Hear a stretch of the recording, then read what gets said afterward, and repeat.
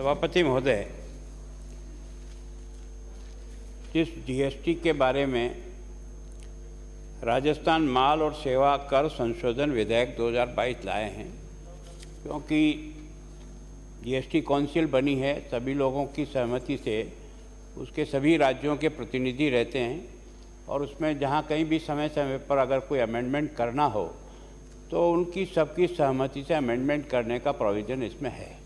और मैं सोचता हूँ कि ये देश के सभी राज्यों के प्रतिनिधियों के सामने इस जीएसटी काउंसिल ने जो अमेंडमेंट प्रपोज किए थे उसी को केंद्र की सरकार लेकर के आई और उसी के आधार पर हमने भी यहाँ इस बिल को पेश किया है। तो मैं सोचता हूँ हमारी और केंद्र की भावना एक ही है कि हम जो संशोधन उन्होंने किए हैं उन संशोधनों को हम अपने यहाँ करके और उसको अपनी सहमति भेजें। मैं जो बात कहना चाहता हूँ, जीएसटी जब लागू हुआ, ये 7वीं अनुसूची में पहले केंद्रीय सूची और राज्य सूची में केंद्र और राज्य सरकार दोनों को करारोपण करने का अधिकार था। पहले सब अपना अपना बनाते थे। देश में जीएसटी लागू करने के लिए संविधान की धारा 101 और संविधान संशोधन अगस्त 16 में दोनों सदनों में पारित हुआ। इस संशोधन के परिणाम संविधान के अनुच्छेद 246 ए, 269 ए, 279 ए इसमें अंतर स्थापित की गई। जब जीएसटी को लागू करने के लिए अमेंडमेंट किया और अनुच्छेद 286 में संशोधन किया गया था और अनुच्छेद 366 में माल और सेवा कर की परिभाषा में इसको सम्मिलित किया था और ये प्रक्रिया अपना करके संपूर्ण देश में एक देश एक टैक्स लगाने के लिए इस प्रक्रिया में आगे बढ़े। इन संशोधन के परिणाम एक समान मूल्यवर्धित प्रणाली 1 जुलाई 17 से लागू हुई। केंद्रीय वित्त मंत्री की अध्यक्षता में एक जीएसटी परिषद का गठन हुआ, जिसमें केंद्र और सभी राज्यों के सरकार प्रतिनिधि हैं। जीएसटी सभी वैसे सामान्यतः नियम है कि 3/4 मेजॉरिटी से भी अगर कोई संशोधन स्वीकार करना चाहें तो भी किया जा सकता है। जीएसटी काउंसिल को अधिकार है, लेकिन ये देश का पहला मैं ऐसा अवसर समझता हूँ। अब तक जो भी निर्णय हुए हैं वो सर्वसम्मति से हुए, कोई वोट डिवीजन का एक भी प्रस्ताव ऐसा नहीं था जिसपे वोट डिवीजन, कभी कभी सहमति नहीं बनी तो उसको आगे के लिए टाल दिया गया कि भाई इसमें बारे में और जो लोगों ने सुझाव दिया उसको मिला करके अगली बैठक में उसे रखेंगे। तो मैं सोचता हूँ कि इस जीएसटी को लागू करना और जीएसटी को आज 5 साल बाद इस स्टेज पर लाने तक का मैं सोचता हूँ देश के सभी राज्यों की सरकारों का, उनके प्रतिनिधियों का एक मत के आधार पाया। इसके कारण से पहले जब इसके बारे में बहुत कुछ ही भ्रम पैदा किए गए, जब प्रारंभ में जब लागू हुआ तो निश्चित रूप से सभी के मन में एक शंका थी कि पता नहीं जीएसटी से क्या क्या तूफान होगा, लेकिन सच्चाई ये निकली कि जीएसटी को जब लागू किया तो आशंका थी कानून जटिल है, व्यापारों की कमर तोड़ देगा। ये सामान्यतः जिस समय लागू हुआ था तो सारे देश में विपक्ष ने भी इसके बारे में बहुत, ये गब्बर टैक्स है, ये टैक्स है, वो टैक्स है और करके उसकी आलोचना की।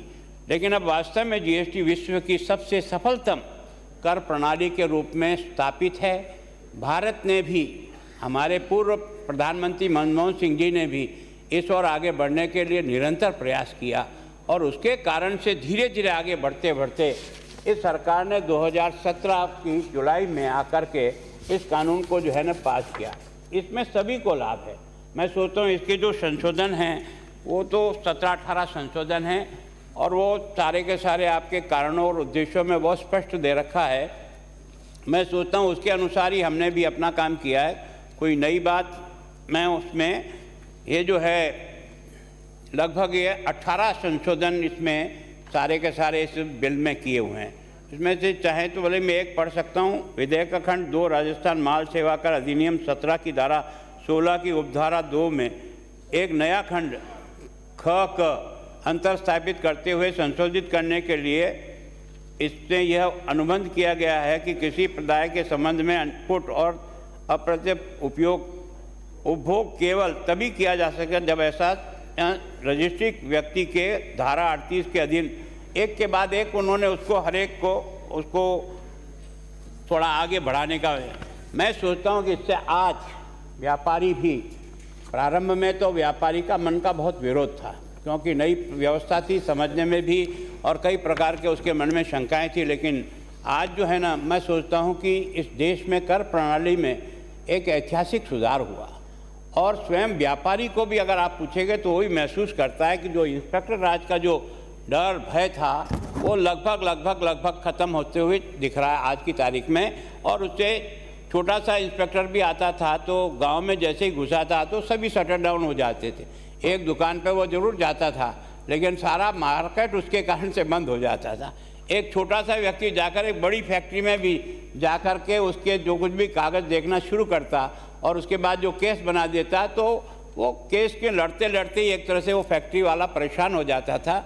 लेकिन इन सबसे जो है ना, टैक्स का सारा काम आज की तारीख में ऑनलाइन हो, व्यापारी को सरकारी दफ्तर के चक्कर नहीं लगाने पड़ते। ईमानदारी से अब 5 साल बाद अगर महसूस करें तो वो इस महसूस करता है परेशानी। और बाकी लागू होने के पहले 17 तरह के विभिन्न अलग अलग कर थे, है ना, मतलब उनके बारे में उनको पूरे बोर्ड जो है ना, तख्तियाँ लटकी रहती थी कि ये किस प्रकार का लाइसेंस है। इन उपकरण केंद्र और राज्य सरकार द्वारा लागू किए गए थे स्थान पर पूरे देश में एक समान और सरल प्रणाली व्यापारी के, जहाँ पहले कई विभागों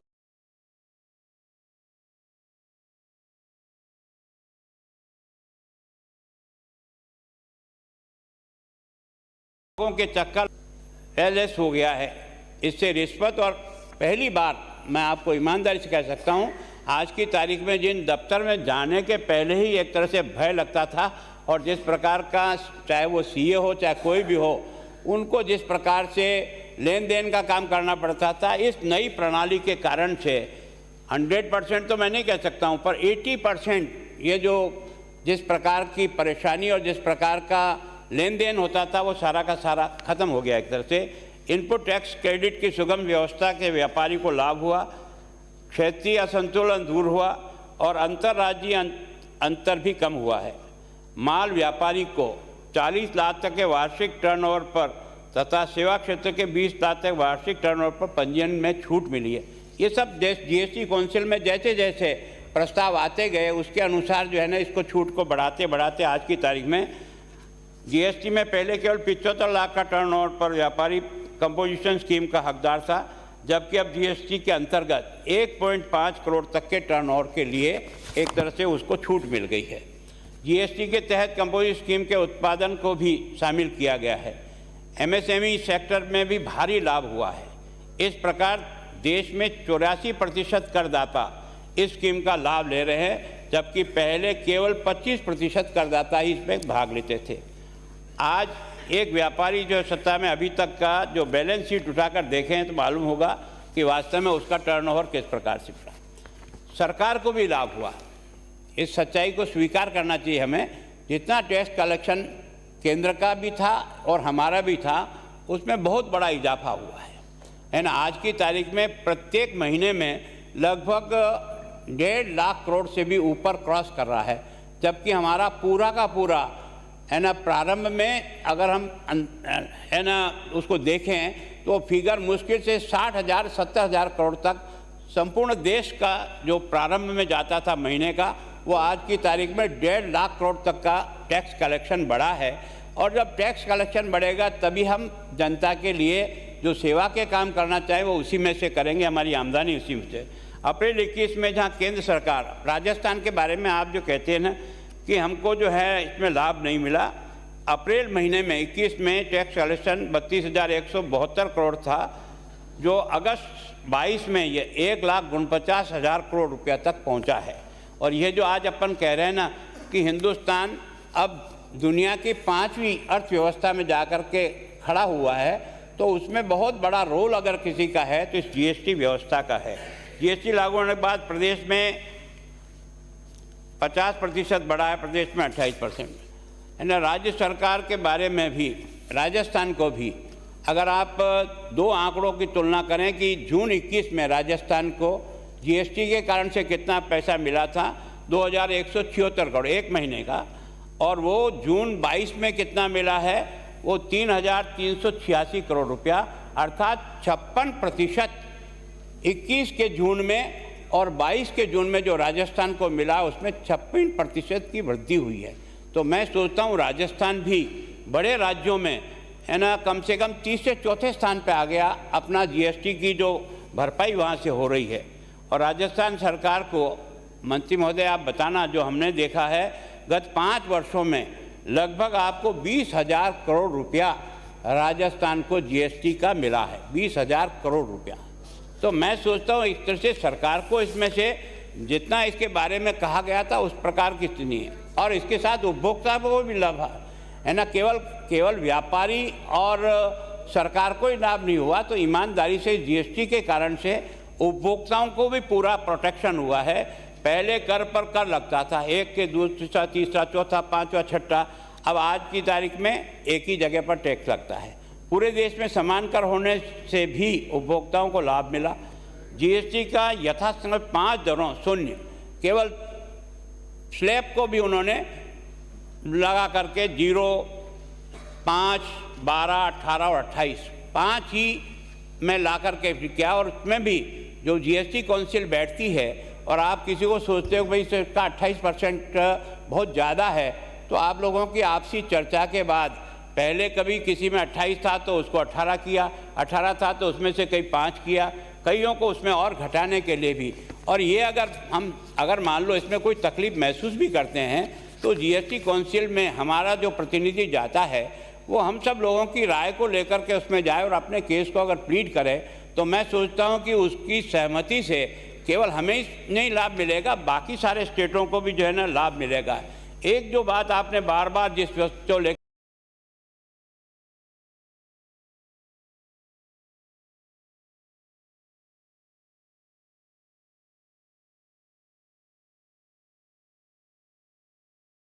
करके आपने है उसी के ऊपर टैक्स है, खुले में कहीं किसी को कोई जीएसटी नहीं, लेकिन आपने इसको ऐसा प्रचारित किया कि तुम्हारे गेहूं पे भी टैक्स लग गया, तो सब्जी पे भी टैक्स लग दिया है ना, जिसमें कोई पैक आइटम के द्वारा अगर कोई लेन देन हो रहा है तो उस पर यह जीएसटी का टैक्स जरूर है, बाकी कोई नहीं। अब इसमें से आपने देखा जैसे दूध, लस्सी, मक्खन, पनीर आदि जो पैक किए हुए हैं, लेबल किए हुए हैं, ऐप पर न्यूनतम 5% कर लगाया है। खुले व ताज़ा दूध उत्पादों पर कोई जीएसटी नहीं है। मतलब कम से कम सच्चाई बोलना चाहिए, इसके बारे में आलोचना करने की कोई गुंजाइश नहीं है। अगर ईमानदारी से कोई स्वीकार करे इसे तो आंदोलन एक तरह से इसके बारे में विरोध करने की कोई स्थिति नहीं है।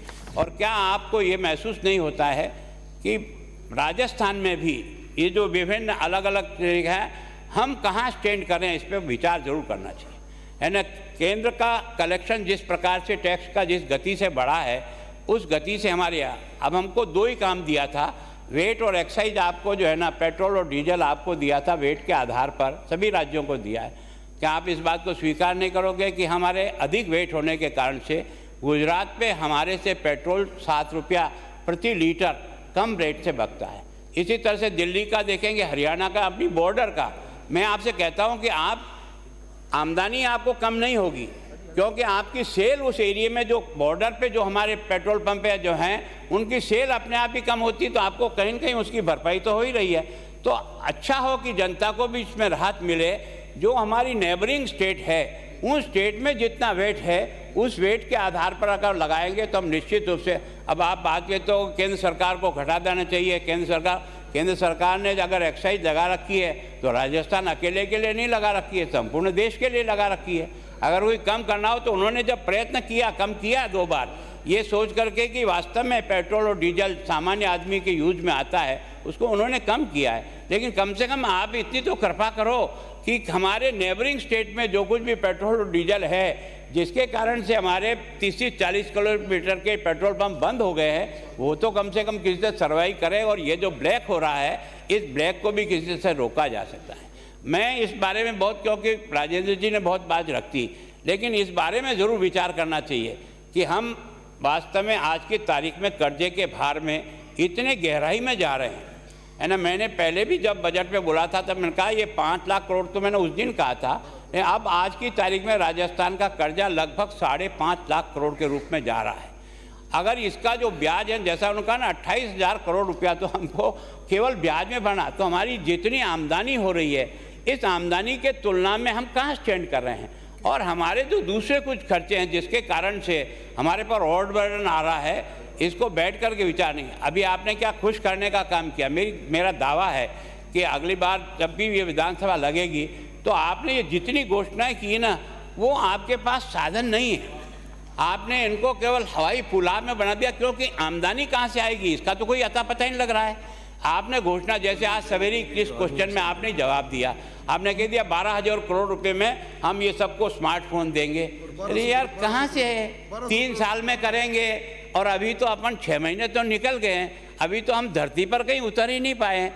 मैंने कल भी कहा था और आज भी मैं आपको कह रहा हूँ कि आपके ये जो फाइनेंस के जितने अधिकारी बैठे हैं ना, ये मेरे को केवल राजस्थान में आपकी सरकार 19, 20, 21, 22 ये जो चौथा बजट पेश किया ना, एक भी काम राजस्थान में एक भी जो 25 करोड़ से अधिक का हो और उसका निर्माण होकर के जनता को सुपुर्द कर दिया हो, तो उसका नाम बता देंगे तो हमको बहुत संतोष मिलेगा कि वास्तव में आपने किया है।